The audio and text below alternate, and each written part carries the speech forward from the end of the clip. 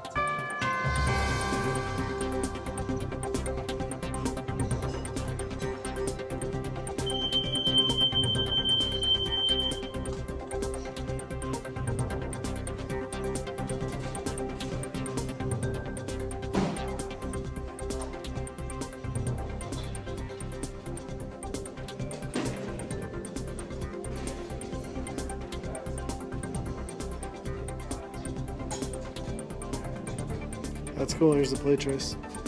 And riding too. On this one, with a 5, bid 5, 500's all. 5, bid 5, give me 250 to go.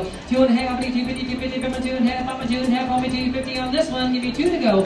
2, bid 2, want me $200 on this one. Okay, we'll start everywhere. Everybody can get in. 150, 150, 50, bid 50, bid 50, I'm 100 on line. 50, 50, 50, bid 50, bid 50, $100 on line. Now 150, 150, 150, 150. So yeah, a ton of arcade games.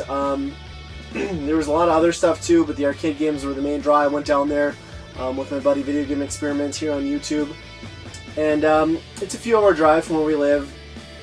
And normally, like when arcade cabinets come up on Craigslist in our area or up on auction, they go for a fairly reasonable price. So our hope was, you know, in the middle of South Dakota, there's not going to be a lot of draw and a lot of collectors. That was incorrect. There were like 150 people in person at this auction, and then I think they said about an hour, maybe half an hour into the auction, there were like another 240 bidders online. Needless to say, prices went crazy. We were hoping to go down there and get things reasonably cheap. Obviously, Play Choice 10, the Neo Geo cabinets, those were number one. That's what everybody wants. That's what we were there for. But I would have taken scraps. I would have taken some of the lesser known titles like POW, the Lethal Enforcers. All of those went for insane amounts. Just to kind of set the level, like the Play Choice 10 went for like $1,500. Say what? To some guy in Oregon over the phone. The Neo Geo cabinets went over $700. Like a crappier game, in my opinion, Revolution X. I think that sold for like $500 too. It wasn't going to happen. Sadly, it didn't work out. It was kind of a bummer. We'd been looking forward to this for a very long time, traveled a long way, and it just did not work out.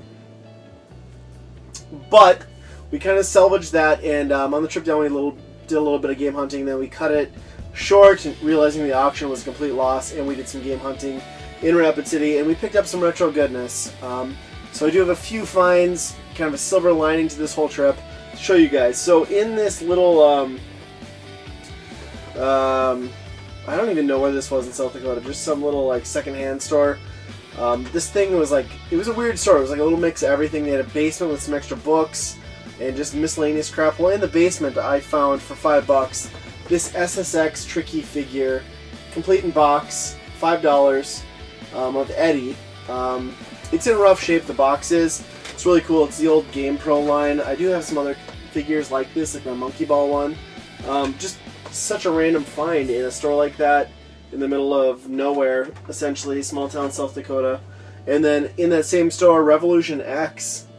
I know I said it was a shitty arcade game, and I stand by that, but for $2 I picked it up for the Super Nintendo. In Rapid City, I think most of the rest of this, I don't know where I got it all, is from Rapid City, the same place we went for the auction. For $1 each from a pawn shop, First National Pawn, I believe, Sonic Spinball, Lethal Enforcers, and complete in the cardboard box is Zoop. I think this is like the 4th version of this game I own. No matter what platform you play it on, it just kind of sucks, but it was complete in box, so I was going to grab it. And I think from that same shop, I got Wild Metal.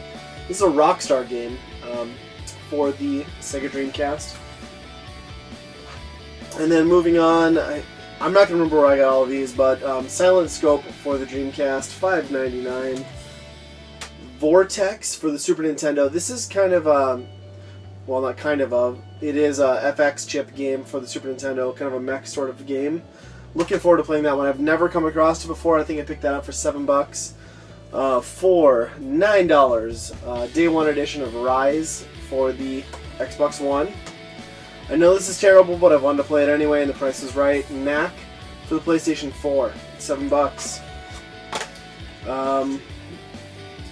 Greatest Hits edition of Twisted Metal Black, and this was $3, but I've never seen this version before. It comes with the game and then also the online version, all in one package. Very cool. A game I've been on the lookout for a very long time. Looked all over at Portland Retro Gaming Expo, couldn't find it. Came across it, Mark of Cree.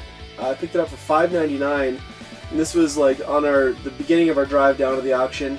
And I found this thing everywhere that weekend, and I found it for $3 on average after this, which is funny because I've looked all over for it, never come across it.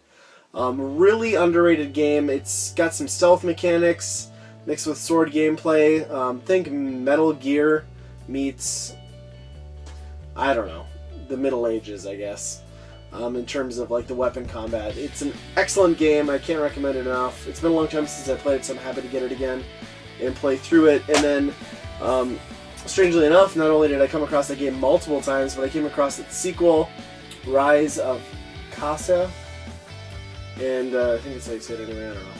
And this was the sequel, never played it, heard good things, for the Xbox, Beyond Good and Evil. Obviously this game gets a ton of critical acclaim. I've never actually played it, and I figured the Xbox version would be the one to own. Obviously there's an HD remake, I think that came out not that long ago. But that one was like $3, I picked it up. This one's a little bit questionable in terms of quality, but I grabbed it anyway because I've wanted to give it a shot, and I got this for $10. And then it's Sonic Boom, Rise of Lyric. Not cool, Sonic. I'm not expecting anything great, but, you know, I wanted to check it out, and the price was right. And then the last two pickups here, this was at a video game, or not a video game, a video rental store that also rented out games. These were the for sale games, and I snagged up a couple of them here. Lollipop Chainsaw for the Xbox 360. It's a game I've been wanting to give a shot, just because it looks so bizarre and quirky. And for $5, I'll take a gamble on that. And then Nitro Bike for $3 for the Wii. This was a, I guess, pseudo sequel to the Excite Truck on the Wii. I don't think it did as good. The reviews remember being not as great, but for $3 you really cannot go wrong. And yeah, that's all the pickups I've got this time, guys. Unfortunately, the auction didn't work out, but you know what? When you're game hunting, that's just how it works out sometimes. And you know, I still made a pretty good haul on this trip, even though the main objective didn't pan out. And that's what it's all about. It's all about the adventure, having fun with friends, and just making the best of any opportunity you can to get out there and just look for games in the wild. So until next time, guys, thanks for watching.